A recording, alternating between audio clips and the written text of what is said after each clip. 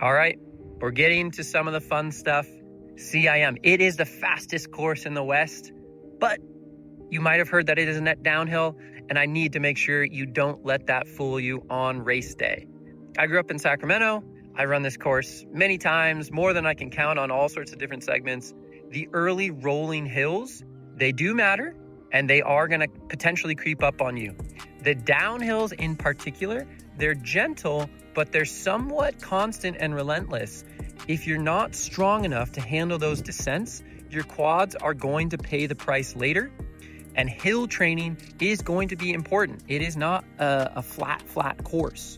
So hill training, where you can build strength, absorb some of the pounding you're taking, and then train for both the downhill and uphill miles, this is going to really, really let you be strong throughout the race, and then get to the back half where it is even more downhill and flat, and you can really let that work to your advantage.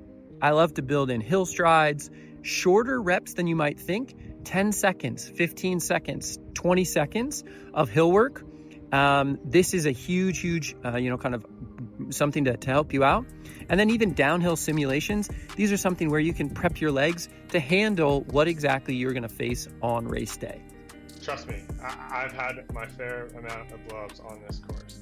Knowing the CIM course can absolutely shape how you train. While CIM is often called a net downhill course, and while it's true, it doesn't mean that it's all easy cruising. Those early miles roll with a lot of small punchy hills, and if you haven't trained your quads and your rhythm for that kind of terrain, it can catch up to you really, really fast. That's why, even for a downhill race, I make sure that athletes are hitting structured long runs on both uphills and downhills, not just for the power and the turnover, but for the impact resistance, the fatigue resistance, and the rhythm.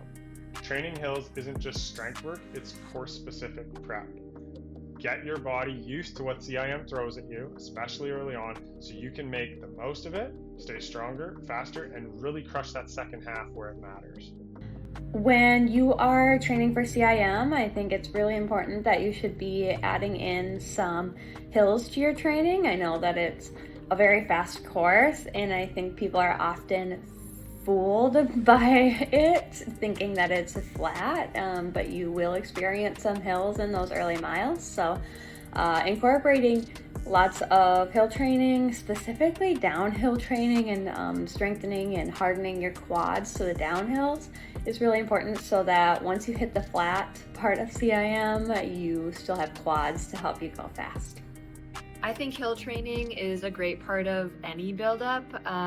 CIM, I think it's definitely a course where having a few hill workouts is definitely beneficial. I think it makes, myself personally a stronger runner incorporating hills, and I definitely notice that with the other athletes I coach. It's a really good workout to focus solely on effort rather than pacing, and hills are always challenging, and so it's definitely a workout that I think really strengthens your speed side of things, but also your endurance for the marathon. And I definitely think it's important for a CIM build and any other marathon, even if it's a flatter course. I think, adding some hills in there can never hurt.